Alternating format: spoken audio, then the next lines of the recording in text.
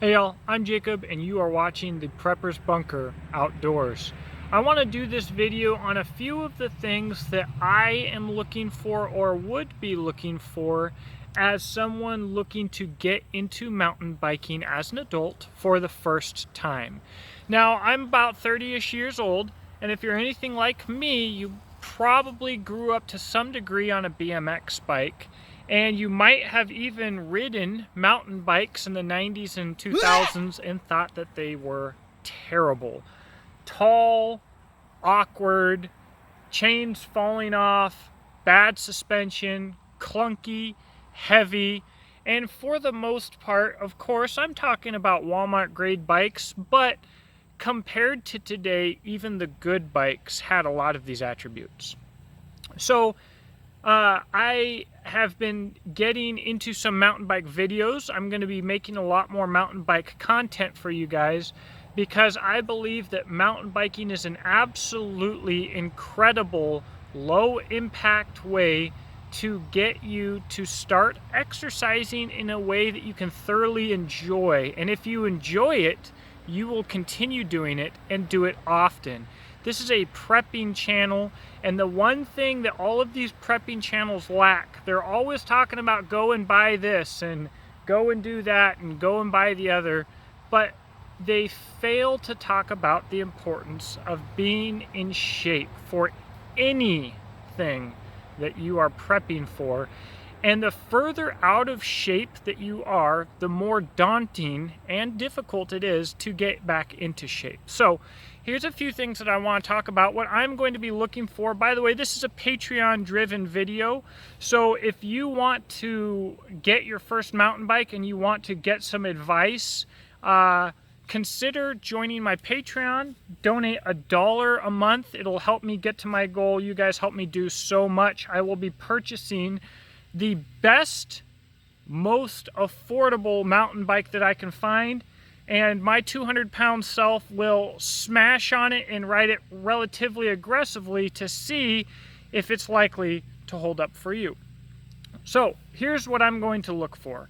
One of the biggest things I'm going to look for is a 1x drivetrain. And what that means is that in the rear you have all of these gears called a cassette. And I'm looking for a rear cassette that has 7 to 12 gears on it. And then on the front, there's only one. So the easiest way to tell if a mountain bike has a 1x drivetrain is to look at that front sprocket.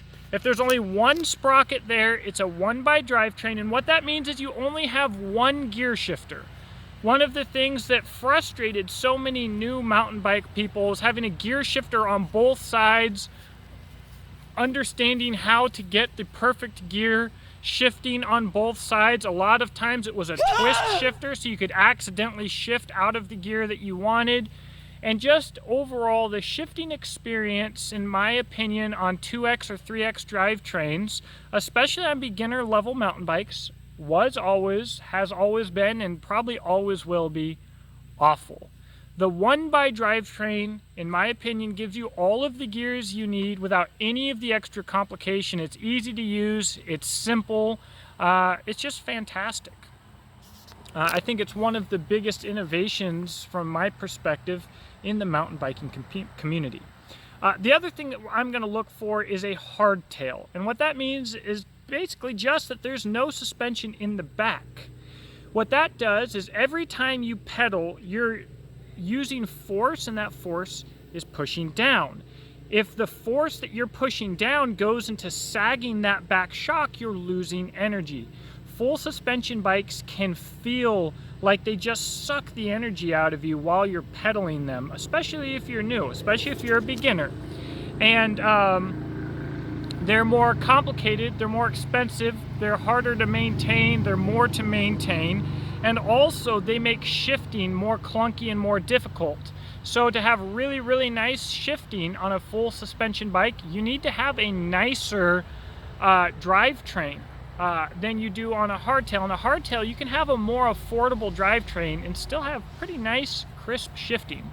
So a hardtail is playful, efficient, versatile, we're going to look at a hardtail, and affordable, by the way. We're going to try and keep the bike that we choose between $800 and $1,000. And the last thing that I'm going to look for is a short stem with a name brand fork. Guys, a good front suspension fork, just your front suspension, oftentimes costs as much as the entire bike that we're looking at. So you can't expect the world.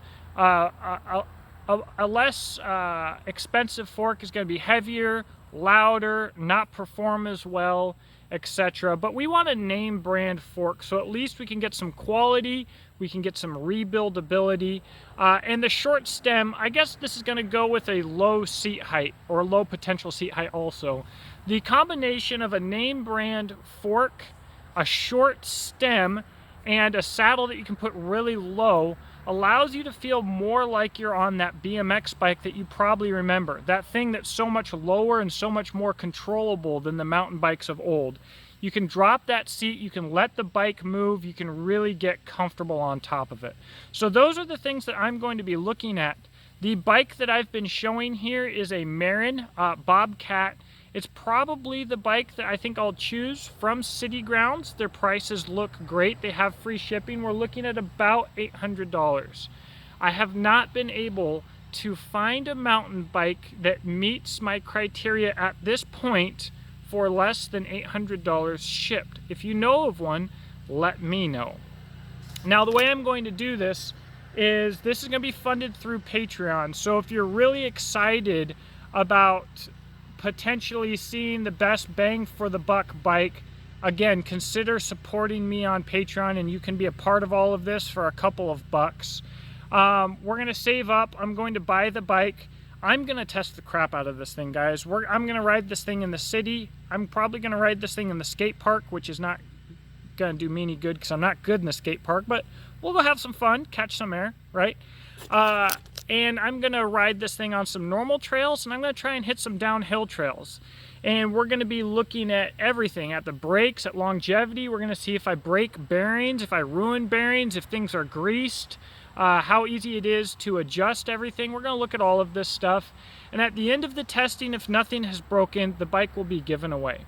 So that is our current Patreon program. Again, for my patrons, this is something that was requested, and I've realized now that I'm going to need to do a lot more mountain biking content, because when choosing between knives and mountain bikes, my patrons chose mountain bikes. On YouTube, when looking between mountain bikes and knives, my viewers mostly chose mountain bikes, excuse me. So this is something we're going to get into more. Another thing that I want to talk about just briefly that I'm very interested in is large like mountain bike BMX bikes. So a 27.5-inch plus mountain bike, or a 29-inch mountain bike with gears. The large tires are going to roll more comfortably on trails. Large air volume from plus tires are going to act as, to some degree, suspension. This could also be a really good option from someone with a BMX background who's not really ready to commit to a mountain bike, even a good mountain bike, but who wants the gears and a little more plushness so they can have a more versatile do-it-all type of bike. The only bikes that I've seen that fulfill this category well so far are the Thruster Retrograde and the SC-OM Duro. These bikes look pretty much just like what I'm looking for. However, the price on these bikes runs from $800 to $1,300, so you're not really saving any money by not having suspension on the front. However, in the long run, with maintenance and potential replacement costs, they should be the more affordable route to go. So I'm very interested in those. Let me know what you think in the comments section below. You can find my Patreon as well as my businesses and other ways to support this channel in the comments section below. I'm stoked to hear your thoughts and or suggestions, and I will talk to you in the comments section. Thank you.